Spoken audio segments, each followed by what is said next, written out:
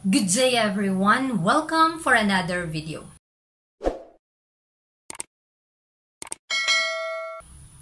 Sa oras na ito, ating pag-aaralan ang chapter 41 ng The Voice in Speech and Song entitled Seryosong Pagpapahayag at Tiwala. Samahan niyo po ako sa pagsasalaysay ng salita ng Panginoon. Sabi dito, tiwala sa pagpapahayag ng mahalaga at banal na katotohanan. Ang salita ng Diyos ay dapat ipahayag ng may espiritu at buhay. Ito ay nangangahulugang buhay na walang hanggan para sa lahat ng tumatanggap nito. Ang mapaghinala at hindi tiyak na pagpapahayag ay walang silbi. Magpabuti sa pamamaraan, tinig, seryosong pag-uugali at tiwala na parang alam mo ang iyong tinatrabaho. O ang pananampalataya ay dapat na higit pang masaklaw, higit pa kaysa sa kasalukuyan. Maaari nating taglayin ang pinakamahahalagang katotohanan. Ngunit kung ipapahayag natin ito sa isang mapaghinala, hindi tiyak, at walang buhay na paraan sa interpretasyon, mawawala ang lahat ng kapangyarihan nitong mag-impluensya ng mga puso at magbigay gising ng kamalayan. Dahil ang ating mga puso ay hindi tumatanggap ng mga seryosong babala. Naniniwala ba tayo sa Biblia? Kung oo, ito ay ipapakita natin. Mga kapatid, dito makikita natin, mapapansin natin sa ating napag-aralan na the more tayong nagbabasa ng katotohanan, kinakailangan natin itong malinaw ng may buong pagtitiwala sa Panginoon na maibahagi sa mga tao. At kung tayo po ay naniniwala sa mga doktrinang ito, maipakikita po natin sa ating buhay ang mga katotohanan ito. Tandaan natin, pagka sa ating mismong mga sarili, nabasa natin ito, ngunit hindi natin na-apply sa ating buhay, mahihirapan po tayong sabihin ito at ipaalam ito sa mga tao. Dahil magiging walang epekto ang kapangyarihan na maka-impluwensya sa tao. Kaya tandaan natin na ang katotohanan na ipinagkaloob ng Panginoon sa bawat isa, ito ay pinagkatiwala sa atin at kinakailangan nating tapat na itaguyod ito sa ating mga buhay personally at higit sa lahat, ituro sa mga taong nangangailangan. Sabi pa dito, pagkagalak sa pangangaral at panalangin. Isa-isip na ang pagiging ministro ay hindi nangangahulugang kailangan mong madalas na mangaral. Mga kapatid, hinihiling ko sa inyo na panatilihing buhay ang inyong mga kaluluwa sa pag-ibig ng Diyos at huwag hayaan na matuyo ang mga bukal ng buhay. Ang malamig at walang kagalakang pangangaral ay makapipinsala sa simbahan. Magdala ng sigla sa inyong mga salita at panalangin. Huwag magbigay ng mga mura at walang pananampalatayang sermon. Ang katotohanan na nananatili sa puso at nagpapabanal sa kaluluwa ay magbibigay sa iyo ng ganang magpakain kay Kristo, ang tinapay ng buhay. At habang tinatangkilik mo ang makalangit na mana, magagawa mong sabihin, halina at kumain ng mabuti at magalak ang iyong kaluluwa sa kasaganaan. Ibigay ang lahat ng iyong lakas sa pagpapakabanal. Nais ng Panginoon na ipakita mo ang katotohanan tulad ng nasa kay Jesus. Huwag mong hayaang mag-umapaw ang pagnanasa para sa pagiging nangingibabaw. Mga kapatid, dito mapapansin natin sa ating pag-aaral na ninanais talaga ng Panginoon na ang bawat katotohanan ito ay lasapin natin, na manalangin tayo, na mag-aral tayo ng mga salita ng Diyos nang may kagalakan sa ating mga puso. Upang hindi lamang ang iba ang mai-influensya. Mismo tayo sa ating mga sarili, the more tayong nagtuturo, the more din tayong nababago. At pinapalakas tayo at pinapabanal ng Panginoon. Nawa ang nais ng Panginoon sa atin ay matupad nga sa buhay natin. Dahil wala po tayong magagawa kung aral lang tayo ng aral, ngunit hindi tayo natututo, wala din pong silbi ang kapangyarihan pagka hindi natin ninanais na magbago at mapabanal ng kanyang mga salita. Kaya kapag nabago tayo, na-develop sa at na-reflect na sa buhay natin ang karakter ni Kristo, masigasig na natin itong maibabahagi sa iba. At sila ay may impluensyahan na kainin din ang mga salita ng Panginoon at ito'y kanilang matikman, malalasap din nilang pag-ibig ng Diyos na kailanman ay hindi pa nila nararanasan. Kaya sa atin na tayo nakakamit o nakamtan natin ang katotohanan, huwag natin sasayangin. Huwag po tayo maging pabaya sa ating mga tungkulin at hayaan na natin ang mga negatibong bagay na lumipas, kundi ang mga bagay na positibo, mga bagay na katotohanan ng ating panghawakan. Lalong-lalo na ang pangako ng Panginoon. Dahil ninanais niya ang kanyang bayan na maglingkod sa kanya ng may katapatan at higit sa lahat magturo ng may kabanalan. Sa pagpapatuloy, mga kapatid, sabi dito, katiyakan na nagmumula sa paniniwala ng puso. Huwag ipakita ang katotohanan sa isang formal na paraan, kundi hayaang buhayin ng Espiritu ng Diyos ang iyong puso at ipahayag ang iyong mga salita na may tiyak na paniniwala upang malaman ng mga nakikinig na ang katotohanan ay tunay sa iyo.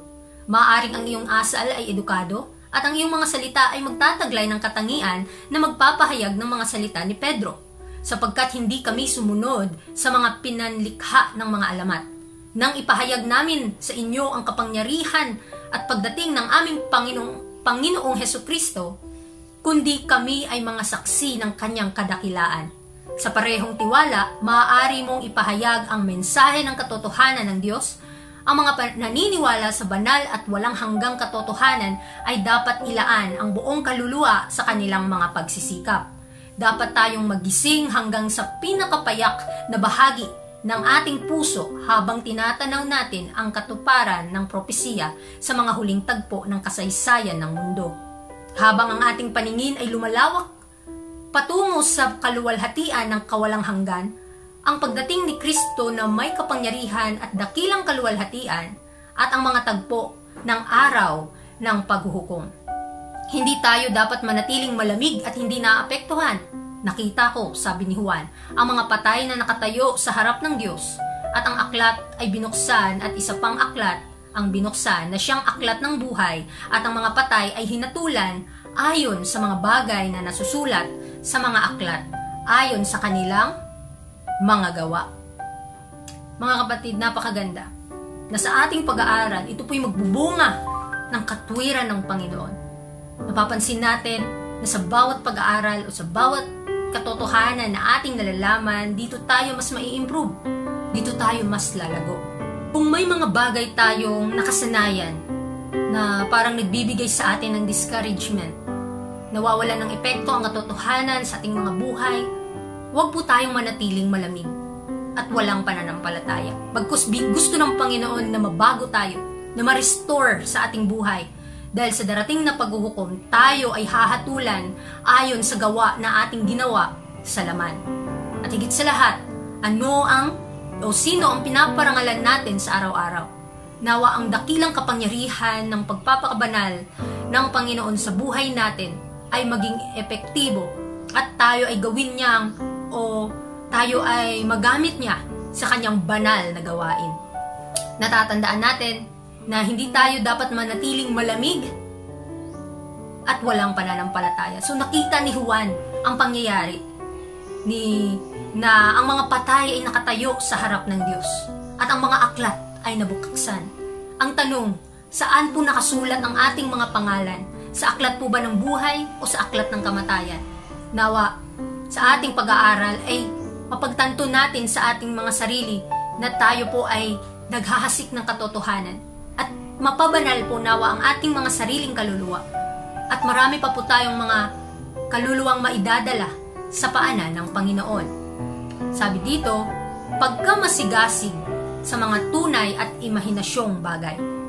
Isang pagkakataon nang kumakain si Betterton, ang sikat na aktor kasama si Dr. Sheldon, ang arsobispo ng Canterbury, tinanong siya ng arsobispo, "Pakiusap, Ginoong Betterton, sabihin mo sa akin kung bakit ang mga aktor ay may malalim na epekto sa kanilang mga tagapanood sa pamamagitan ng pagsasalita tungkol sa mga bagay na imahinasyon lamang."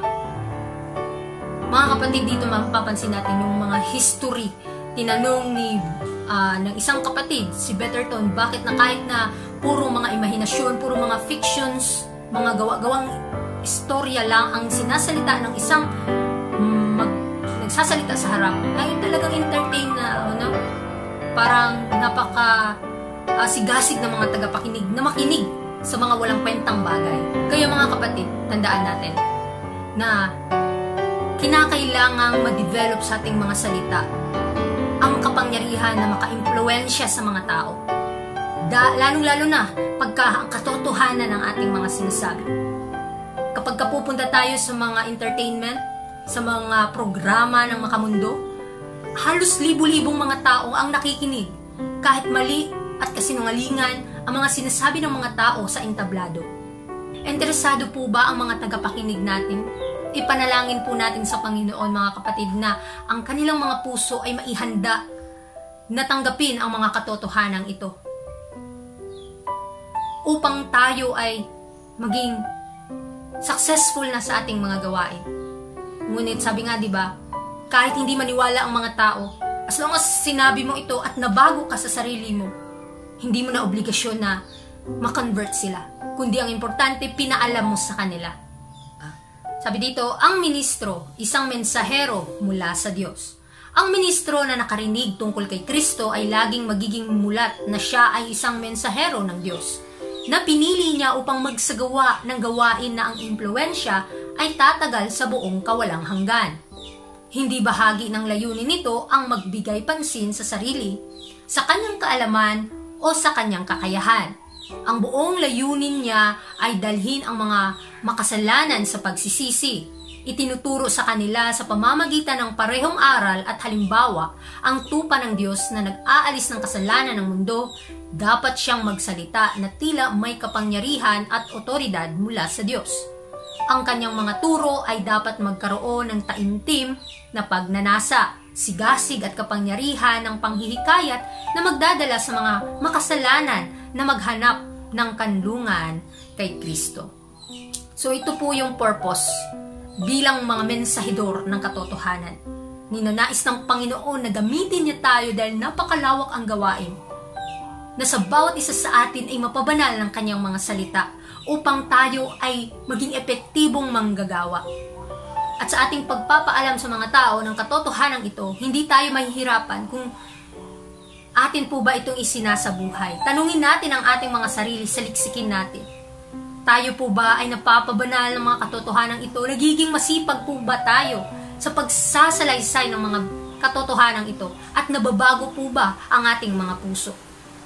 Dahil the more na ating pinapangaral ito, binabasa at tinuturo sa mga tao, the more din tayong nababago. Kaya wag po nating sasayangin ang mga bagay na pinagkaloob sa atin ng Panginoon, lalong-lalo na ang katalinuhan, ang kaalaman, na ito po ang magbibigay ng paalala sa atin, ang mga katotohanan na siyang magpapabanal sa buhay ng tao. Kaya kinakailangan na ituro natin bilang mga mensahero ng Diyos. Kinakailangan may taimtim tayong pagnanasa at sigasig na may kapangyarihan na hikayatin ang mga makasalanan sa pagsisisi. Ito lamang talaga ang tanging nating gagawin, na hikayatin ang mga tao na magsisi sila sa kanilang mga kasalanan. Ngunit wala po tayong kapangyarihan na sila'y mabago, kundi ipaalam lamang sa kanila ang katotohanan at hayaan na natin na ang banal na Espiritu ng Diyos ang siyang magpapabago sa kaluluwa at makahanap sila ng kanlungan sa ating Panginoong Hesus. Sa pagpapatuloy, di makayang lakas upang mapakilos ang mga puso.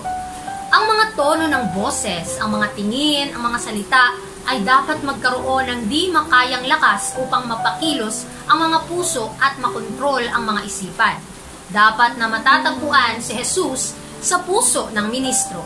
Kung si Jesus ay nasa mga salita at tono ng boses, kung ang mga ito ay may pagninilay na puno ng kanyang mahinahong pag-ibig, ito ay magiging pagpapala na may higit na halaga kaysa sa lahat ng kayamanan, kasiyahan at kaluwalhatian ng mundo. Sapagkat ang mga ganitong pagpapala ay hindi darating at aalis ng walang pagkakamit ng isang gawain. So ninanais ng Panginoon sa atin na makita sa ating buhay ang katotohanan upang maging epektibo ang kapangyarihan na hikayatin ang mga puso ng ating mga tagapakinig. Nawa mga kapatid, saliksikin natin ang ating mga sarili dahil pagka tayo ay nakaalam ng katotohanan, obligasyon po nating ipaalam sa mga taong hindi pa nakakaunawa, nakakaalam sa mga bagay na ito. Sa puntong ito, pagpapalain po tayo ng Panginoon at darating ang panahon na hindi po masasayang ang ating mga sakripisyo pagka inilaan natin ng buong puso ang ating buong puso sa gawain niya. Dahil magiging epektibo po ang katotohanan na ating sinasabi kung sa bawat galaw at kilos natin makikita ang karakter ni Kristo. Ipaunawa natin sa mga tao ang mga katotohanan at makita nga sa ating mga gawa kung ito ba ay totoo. Dahil napakalaking epekto po sa ating mga gawa makikita kung atin po bang sinasabuhay ang mga katotohanan. Kaysa lagi tayong nagtuturo or lagi tayong nag-aaral, sermon tayo ng sermon, pero hindi naman nakikita sa ating mga gawa, ay wala din pong silbi. Kaya maging wise po tayo, maging matalino tayo mga kapatid sa pagpili ng katotohanan ng ating isinasabuhay. Naway makita sa ating buhay si Kristo na siyang ating dakilang halimbawa. Pamumuhay ng taos-pusong pagkaasikaso. Ang pamumuhay ng taos-pusong pagkaasikaso ang hinihingi ng Diyos.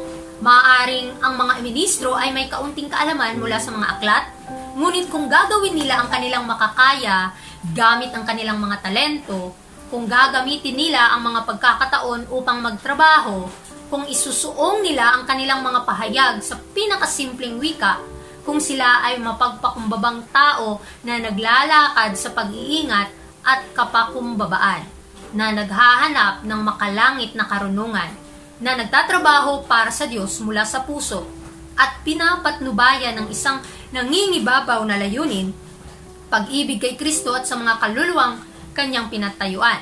Sila ay pakikinggan ng mga tao kahit na may mas mataas na kakayahan at talento. Magkakaroon ng ganda sa pagiging simple ng mga katotohanang kanilang ipinapahayag. Si Kristo ang pinakamagaling na guro na nakilala ng mundo. Mga kapatid, pagka pinag-aralan natin ang buhay ng ating Panginoon, marereflect po sa ating buhay ngayon ang kanyang buhay. Bakit? By beholding Him, we become changed. Pagka ito na ang nasa ating mga puso, sa ating mga goal na abutin ang mga kaluluwa upang maidala natin sa paanan ng Panginoon na sila po'y magsisi at magbalik loob upang sila din po ay gamitin. Tandaan natin na sa bawat pangyayari sa ating buhay ay may dakilang gawain tayo na ipinagkaloob ang Panginoon. Kung tayo po ay maging mapagpakumbaba, na lakaran ang katotohanan, na hanapin ang bawat liwanag ng langit at karunungan, tayo po ay gumawa, magtrabaho ng taos-puso at tayo papatnubayan ng Panginoon ayon sa kanyang pangako.